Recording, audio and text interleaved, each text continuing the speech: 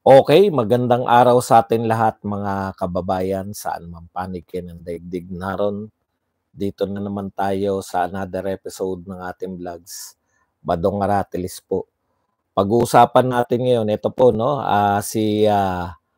yung tatlo po, yung magkapatid na Remulla, DILG at DOJ, Boying at John Vic Remulla. Kasama po itong si DND Secretary Gibo Teodoro ay ni-retain po 'no, ni-retain ni Pangulong Marcos. Ayan, so, si General Torre naman po ay, na-assign po o tinalaga bilang bagong PNP chief, kapalit po ni General Marbil. Ayan po ang, latest dito po sa balasahan, ng ating pamahalaan. Kaya kitang-kita po natin na kung sino pa po ang tinatawag nating mga yung kumbaga yung kinaaasaran o kinagagalit, kung sino yung mga opisyal na galit ang mga mamamayang Pilipino. Lalong-lalo na po tong tatlo na to, no? Direkta po tong may kinalaman sa di umano ay pagkidnap kay Tatay Digong.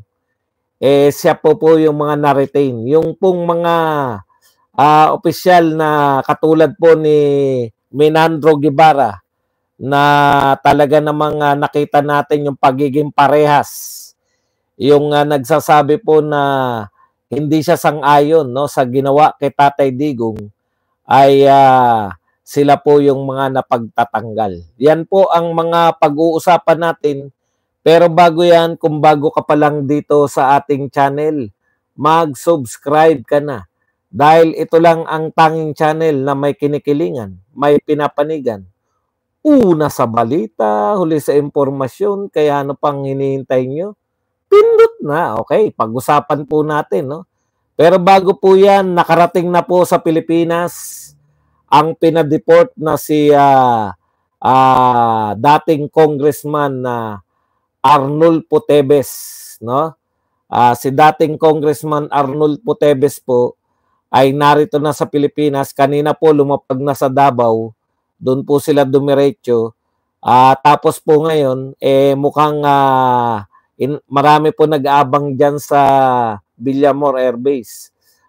Hindi pa po kumpirmadong report, nasa Villamor Air Base na. Naghihintay pa rin tayo ng kaganapan dyan. Marami pong mga vloggers na nakakalat. Si KPL, yung kapartner ko po bukas sa Birada Aguila ay nariyan po ngayon sa Villamor Air Base. So, susubaybayan po natin yan. Pagka meron pong flash report, atin po munang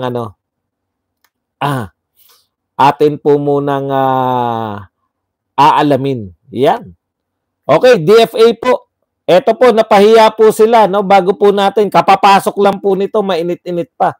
Kapapasok lang po, the DFA confirms that Harry Roque holds only one regular Philippine passport. Tignan nyo yung mga na-retired nyo. Ayan po, kahapon lamang po, ay sinasabi po ni DOJ Remulla na itong si Harry Roque ay may minimum na dalawang pasaporte. Ngayon po, galing po sa DFA, kinumpirma po na iisa lang yung pong passport, no, ni Harry Roque. So ano ba yan? Tapos yan po yung mga na-retain, no? Yan po yung mga na-retain ni BBM. Yung mga nag-fake news. Sabi po ni kung matatandaan po natin kahapon, sinabi po ni Harry Roque na fake news yan, na siya ay may hawak na multiple passport, no? Sabi ni Harry Roque, iisa lang ang kanyang pasaporte. Kung maraming page, kung nagdalawa po dahil nasobrahan na po. Okay. So, yan po yung mga nire-retain ni yung mga willing na magpahayag ng mga hindi totoo para po pabor kay Pangulong Marcos. Alam naman natin yung kapasidad. Sabi nga natin, yung may mga integridad, katulad ni Menandro Guevara, no? Ayan po yung mga tinatanggal. Kasi hindi mo po maasahan eh. Sa isang tuwaling pagtapat po yung opisyal, mahirapan po yung mahirapan pong pakilusin yan ng isang pinuno na medyo sablay-sablay, no? Ayaw po ng mga sablay na pinuno yung mga tapat sa bureau. Ika nga, ayaw po ng mga tapat na pinuno yung mga opisyal na may mga integridad na yun sa tingin nilang tama, ay yun po ang pinaniniwalaan at yun po ang ipaglalaban. Kaya ganun po ang nangyayari rito. Ngayon, tandaan po natin, bakit po ba nagkakaroon ng mass resignation at ayon nga po kay Pangulong Marcos mismo ay babalasahin niya yung kanyang gabinete. Ito po ay nag-ugat dahil po sa masaklap na pagkatalo ni BBM at ng kanyang mga senatoriables sa nagdaang eleksyon. Ika nga ni Manong Jason sa kanina, no? Diyan po sa may interview niya dito sa Birada Aguila, kitang-kita naman po natin na ano na nga nakalimutan ko yung sasabihin. Ano na nga ba yung sinasabi ko?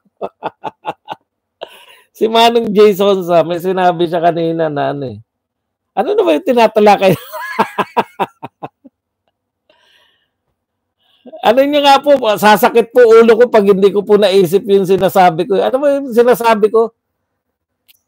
Pinasok ko si Jason mass resignation. Hindi. Mass resignation.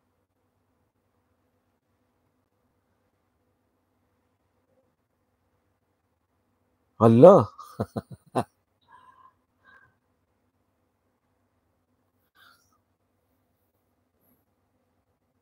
Hindi na inugnay ko kay Jason May sinabi kasi si Jason kanina. Matatandaan niya rin.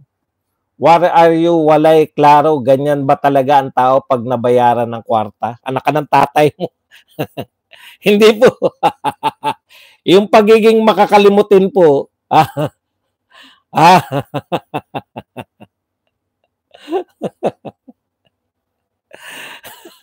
Hindi po dahil nababayaran ako na kwalta. Yung pagiging makakalimutin po ay tanda po ng pagiging tumatanda. Kaya marami pong mga thunders na ano tawag dito? Kaya marami pong thunders na nanonood dito.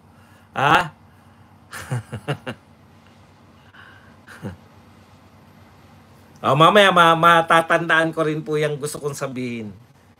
Sige, balik tayo Balikan po natin bakit po ba nagkaroon ng balasahan, di ba? Sabi po ni BBM sa kanyang podcast sa isang vlog interview with Katunying ay the people have spoken, di ba? Yung pagkatalo niya, yan po ang sabi si BBM po nagsabi nito, hindi po kami ayon po kay BBM ay nagsalita po ang tao, no? Kinakailangan pong pakinggan niya bilang pangulo. Kaya po pinag-mass resignation niya dahil hindi na po uubra yung point ni BBM. Kaya tayo inaayawan ng tao, malamang dahil dito sa aking mga tauhan o sa kanyang mga cabinet members. Okay. Ako po, very proud po ako na nagkakaedad. Hindi ko po dinidinayan. Kaya ganyan po talaga. Niloloko mga tao, puro drama ng lutang. Yan, di ba? Sabi po niya yan. Kaya po siya pinag-mass resignation niya. para balasahin. Ang sabi pa ni Marcos, ni Pangulong Marcos, ayaw niya na ng mga crap at mga tamad. Okay. So, ang ine-expect po natin, mula po sa sinabi na yan ni Pangulong Marcos mismo, ito po ay pagtugon sa pagkatalo niya. So, para mapanatili o para manumbalik yung tiwala ng tao sa gobyerno, babalasahin niya to kung sino yung ang pagkakaintindi ko sa sinasabi ni BBM na the people have spoken, kinikilala niya yung kanyang pagkatalo, kinikilala niya na yung mga tao na dahilan, no, ng kanyang pagkatalo ay dapat tanggalin na sa pwesto. Isa po riyan si Recto na may kinalaman po sa si Recto sa yung tinatawag nating paglilipat ng mga pondo ng pamahalaan. Lalong-lalo na po. Lalong-lalo na po yung, teka muna. Yari tayo nito, hindi ko nadala yung kasi nagbagong kuta ko . Pag nagbabagong kuta ko, marami ko nakakalimutan na mga gadget lobat na. Okay. Tignan ko lang po kung maingay po ba yung kapaligiran o pwede na po tayong wag na muna magmikropono. Ayan. Pwede na po ba tayong wag na magmikropono? Okay lang po ba? O masyadong maingay yung nakapaligid, yung mga ugong. May ugong po ba? Ngayon lang po kasi nalobat, wala po. Wala po akong yung ibang connector. Nagpalit tayo ng kuta . Umuwi tayo rito pansamantala sa bahay natin. Okay. So pagtiyagaan na muna natin kung may naririnig kayo ng mga alingas-ngas sa mga kapaligiran, pasensya na po kayo. Okay, balik po tayo, no? Ang sinasabi ko po dito kay Pangulong Marcos, akala ko ni-recognize niya na kinakailangan baguhin, no? Kinakailangan niyan pagtatanggalin yung mga cabinet officials na galit yung mga tao, no? At saka, yan nga, ngayon po, instead na tanggalin, si Recto nariyan pa rin. Pinanatili si Recto, samantalang galit na galit ang marami kay Recto sa paglilipat niya.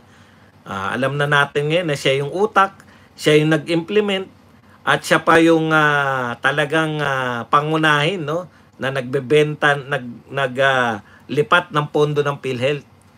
May mga kaso po yan sa Supreme Court, no? Yung mga may kaso po, yun po yung na-retain . yung mga kinasuhan po, isa pa pong batch. Yung galit na galit po yung mga tao, alam po natin yan, lahat po na nagsusuri, lahat po na matino nagsusuri, bakit natalo si BBM sa midterm election, isa lang po ang sasabihin nila. Dalawang pangyayari, parehong panggigipit sa Duterte. Yung impeachment ni BP Sara Duterte, at saka yung pagpapakulong kay Tatay Digong dun sa ICC na sinasabi ng marami na hindi dumaan sa tamang proseso, kaya ito ay maliwanag na kidnapping. Okay. So lahat ng mga taong involved dito, galit malamang yung mga mamamayang Pilipino kasi recognize na nga Recognize na nga ng lahat ng tao. Lahat po ng mga nagsasabi ng mga analyst sila, recognize na po na yung dalawang pangyayari na yun, yung impeachment kay Sara Duterte at saka yung pagpapakulong kay Tatay Digong, yun po ang pinaka-pangunahing dahilan, no?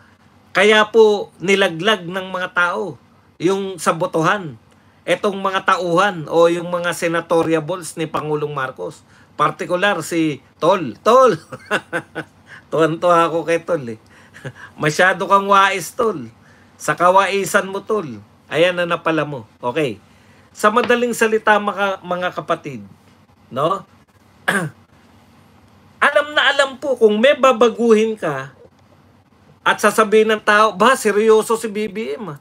Hindi nang bubola to ngayon. Kasi dito kami galit . Kaya Recto kami galit dahil sa lahat po ng issue sa budget involved si Recto. Oh. Galit kami rito kay sa magkapatid na Remulla dahil sila po yung pangunahing aktor. Ha? Yung isa pong Remulla, siya po yung nagbisto sa kanila na kasama siya sa 4 na nagplano para ipakulong si Tatay Digong. O yung isa po si Boying, yung mas nakakatandang Remulla naman, siya po talaga yung lumalabas na yung pangunahing utak ng pagpapadakip na yan. Bukod sa mas mataas pa sa kanya, sino pa ba mas mataas sa kanya? Tapos, DND kasama rin si Teodoro at higit sa lahat, si Torre. Na na-promote ngayon na naging chief PNP na. Wala pong problema Talaga naman pong kung kanino ka nagtitiwala, doon po binibigay. Katulad ni Tatay Digong, ang chief PNP niya si Senator Bato. Dating General Bato. Wala pong problema. Talagang discretion niya ng gobyerno. Talagang, kaya lang, ang premise mo, Mr. President, kaya ka nagbabalasa, ang premise mo, kaya mo sila pinag-resign, dahil the people have spoken. Di ba? Ang akala namin, nagsalita na ang mga mamamayang Pilipino, kaya makikinig ka. Ang kahulugan mo pala ng the people have spoken, Mr. President, nagsalita na ang mga tao, malinaw. Malinaw, kasunod pa yan, no? May kasunod pa na survey na napakataas ni Tatay Digong at ni BP Sara, at negative ang survey naman nito ni BBM.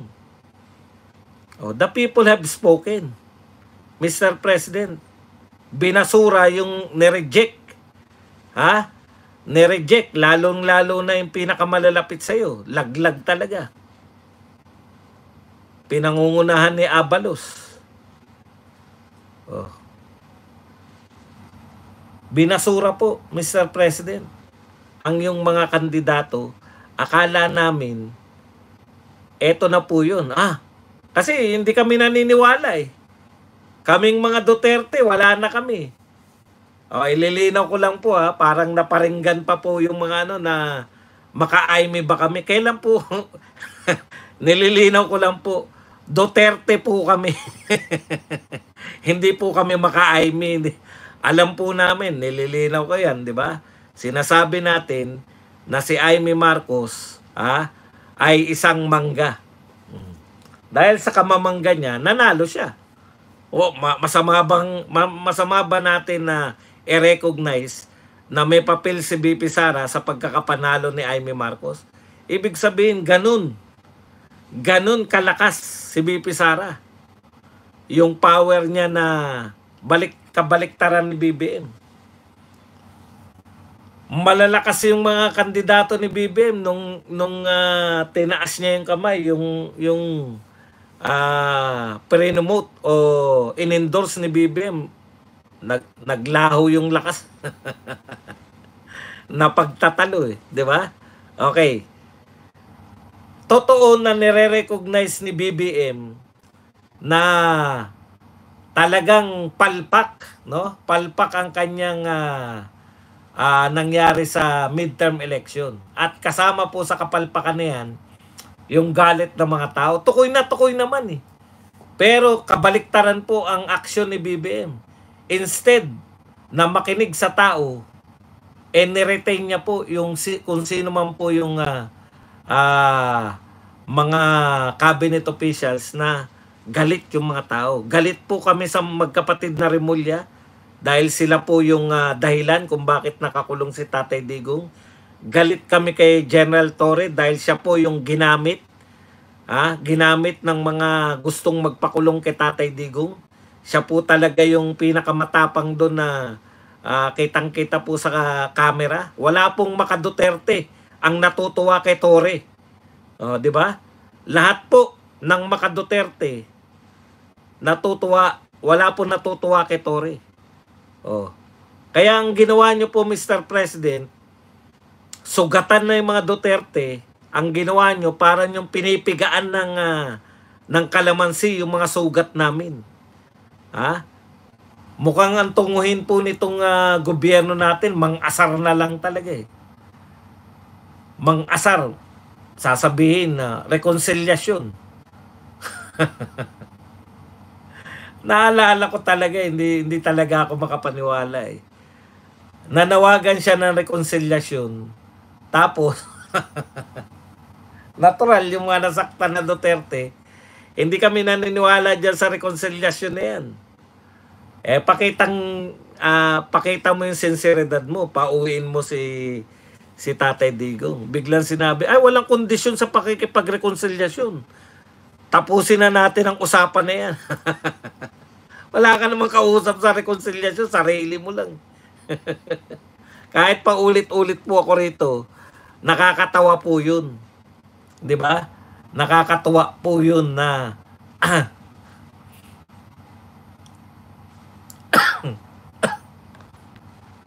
hindi, Duterte nga eh. Tukoy na tukoy ni Katonying na sa Duterte. Okay. So, wala talaga, no? Talagang pinamukha po sa atin. Pinamukha ni BBM, parang ganito nangyari, no? Nagsalita ng mga tao at ang sagot ni BBM,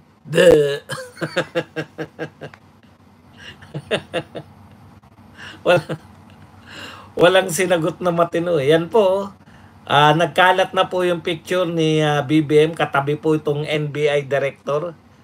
Ayan.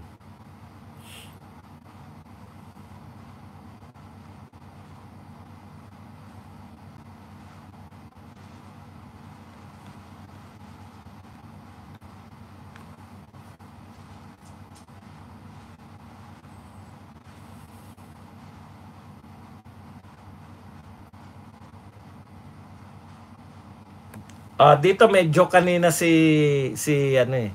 medyo kanina si Manong Jason sabi ni Manong Jason mukhang ang kwalifikasyon ng PNP, marami nagtatanong bakit daw marami yata nalagpasan si Torre.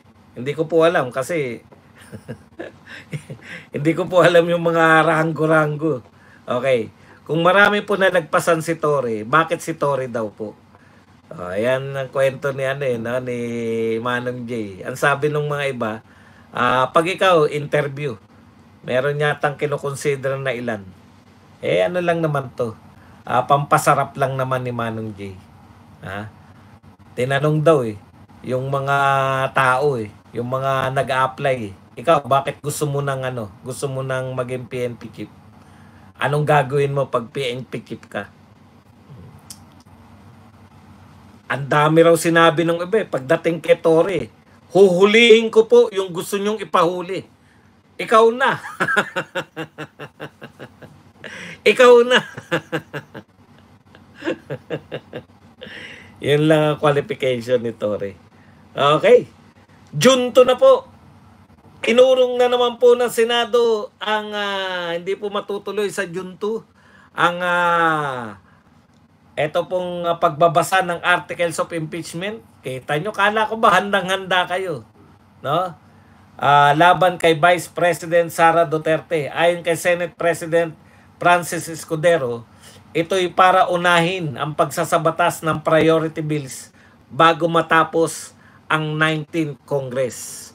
Yan Kita nyo naman So, mas gusto pa nilang matalo sa technicalities. Alam po ninyo, paliwanag ko lang ng konti yung pwedeng maganap, no? Dito po, may binabanggit kanina si Manong Jason na sigurado ba tayong matutuloy yung impeachment, di ba? Ito po kasi yan Pag sinimulan po nila impeachment, pwede na pong questionin yan ng majority ng mga, kasi judge sila di ba? Pwede na nilang questionin yung legality ng impeachment trial. So pwede na pong hindi matuloy. Marami na po nagsasabi na hindi matutuloy. Isa na riyan yung dating kandidato ng 8 Diretso na napakatagal na pong election lawyer, si Makalintal. Si Makalintal ba yung nagsabi? Parang si Makalintal Tapos lately ito pong si dating Senate President Franklin Drilon, no? na posible po talaga na hindi matuloy yung impeachment dahil pagbobotohan lang po yan eh. Isasalang lang po unang-una. Baka nakakalimutan po nila. Hindi po ito yung pinirmahan po ng mga taga lower house. Hindi po yan yung unang impeachment, no? Hindi po yan yung unang impeachment. Ang una pong impeachment, kung hindi ako nagkakamali, ay yung pong ginawa ni Percy, ni Congressman Percy Tabi. Serdanya. Di ba? Tapos meron pang dalawang sumunod. Pangatlo po to.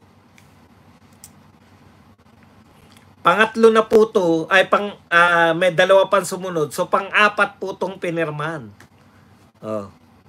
So kung pang-apat po yan, ay hindi po pwede magkaroon po ng apat na impeachment complaint sa loob ng isang taon. Isa lang po ang dapat na impeachment complaint.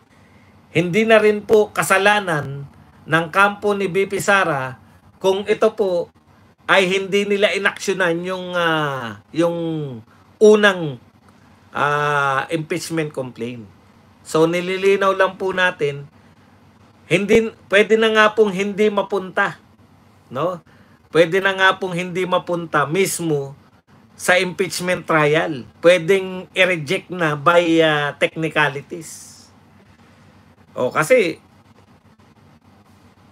natandaan ko po yan kay yung kay Gloria Macapagal Arroyo. Merong unang 2 taon yata na nag-uunahan. Yung nakapag-submit na ng impeachment labang kay Gloria Macapagal, tapos tinabla na po ng hindi po pinirmahan ng mga congressman. Ibig sabihin, tinabla po nila, nireject ng mga congressman yung unahan po eh. Ngayon lang nangyari na hinold lahat. Tapos yung ika-4 na impeachment complaint, yun po yung pinirmahan. So dati po nasaksihan ko na yan eh. Na yung unang dumating, yun yung inaksyonan nila. Tapos hindi na uli pwedeng mag-file ng impeachment within 1 year. Ganun po yun. Ay dito po, may sarili kayong batas. Kaya yun pa lang, pwede na. Yun pa lang, pwede nang i-reject yan ng Senado. Yun kaya lang, nanghihinayang si BP Sara. Kasi gusto ni BP Sara, bloodbath eh. Once and for all. Tapusin na natin to. Once and for all, isalang na yan. Kung ano man yung dapat isalang dyan. Once and for all. Maglabasan na. Paulit-ulit lang yung confidential fund na yan eh. Kung matatag pala yung inyong, yung mga may kaso pong matindi, tinatago mo yan dahil alam mo, ito po, ang ginagawa nila, promote sa confidential fund. Yun, balik tayo. Yun, naalala ko na yung gusto kong sabihin. Okay. Yung pattern po ng mga pagpapalit po at pagdadagdag ng mga tao ng gobyerno, hindi naman nila eh. Sabi nga ni Kajay Sonsa, parang yung impeachment, wala rin naman kay Martin yan. Alam rin naman ni Martin na hindi talaga papasa. Ano yung sinasabi ni Manong J? Ang sinasabi ni Manong J, mukhang kaya pinapirma para ma-release yung pondo, di ba? Ma-releasean sila ng pondo. Yan yung binisto ni Toby Chanko eh. May kinalaman lang po yan sa pagre-release ng pondo. Kasi hodang ma-impeach si BP Sara o hindi, ang importante po sa mga mukhang pera ay ma-release po yung pondo. Kasi mag-election eh. Yan yung sinasabi natin na minsan biruin nyo, sisirain ninyo yung buhay wag na yung sisirain ng buhay at hindi nyo naman kayang sirain ang buhay ng mga Duterte. Nakakulong na nga, putya, mas malakas pa yung mga Duterte. Nakakulong na nga si Tatay Digong, nagpanalo pa eh. Nagpanalo ng mga kandidato. Nakakulong na, nanalo pa ng landslide.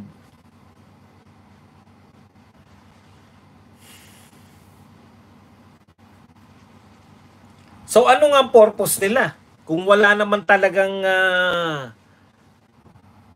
halimbawa, in-announce ni Pangulong Marcos na magtatanggal siya at papalitan niya yung mga tao, yung mga gabinete niya kasi natalo sila sa eleksyon. Tapos, ibinalik lang lahat. Alam po nila eh. Imposibleng hindi mo alam bilang presidente na ang mga mamamayang Pilipino galit kay Torre, galit sa magkapatid na Remulla. O, yun na lang, magkapatid na Remulla. Kasi si Teodoro, ano eh, parang hindi ka, parang Lito Lapid lang. Si Teodoro, si Gibo Teodoro, parang Lito Lapid lang siya nariyan siya, alam mong nariyan siya. Alam mong cabinet official siya, pero hindi mo maramdaman, di ba? Walang presence eh. Okay. Kaya ito po, kung hindi naman po yan hindi naman ikababangon ni BBM yung pagpapapalit o pagre-retain ng mga tao, ano pala ginagawa ng BBM? Nang-aasar na lang. Ang gobyerno to nang-aasar na lang. Imagine niyo si Auntie Claire. Wala naman pong buting na idulot. Alam niyo po, tignan niyo po yung history. Hindi nga ni-reshuffle eh. Talagang ni-retain eh. Tignan niyo po yung pagpasok ni Auntie Claire. Pwedeng nagkataon lang o pwedeng nagalit talaga yung mga tao. Ibig sabihin, buhat nung napasok si Auntie Claire dyan sa BBM admin, lalong bumagsak ang popularidad ni Marcos. Which is, hindi yun yung purpose ng PCO. Ang purpose ng PCO, pabanguhin yung gobyerno. Buhat nung pumasok si Auntie Claire, lalong nagalit yung mga tao sa gobyerno. Yung mga tao na natuwa ang yung mga tauhan ni BBM na natuwa yung mga tao nung nakasuhan, katulad ni Torre at ng magkapatid na Remulla. Okay, kasama ba sa kaso si Gibo? Hindi naman, no? Sabi nga sa inyo, si Gibo, parang si Lito Lapid lang eh. Alam mong senador pero hindi mo maramdaman. Si Gibo din ganun, si Gibo lang po yata yung yung hindi mo maramdaman yung presensya, tanging DND secretary na hindi mo maramdaman.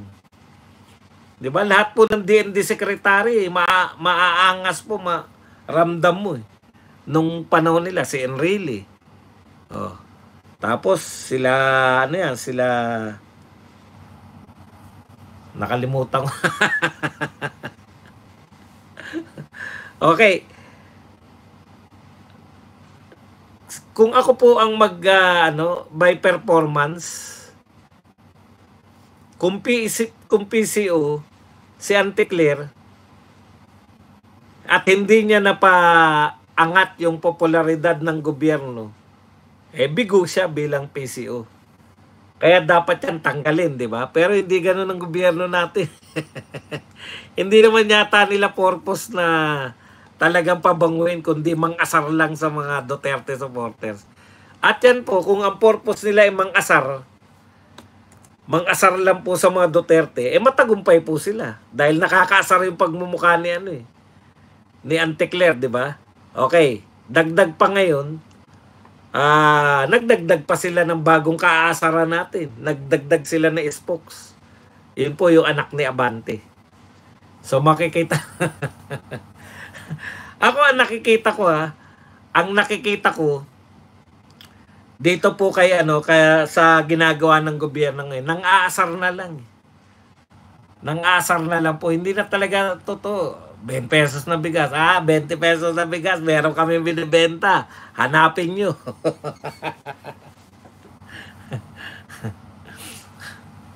Kawig ni Juliana lahat, no? Okay mga kapatid, yan lang po ang ating topic. Alam ko po yung marami sa inyo nag-aabang po sa mga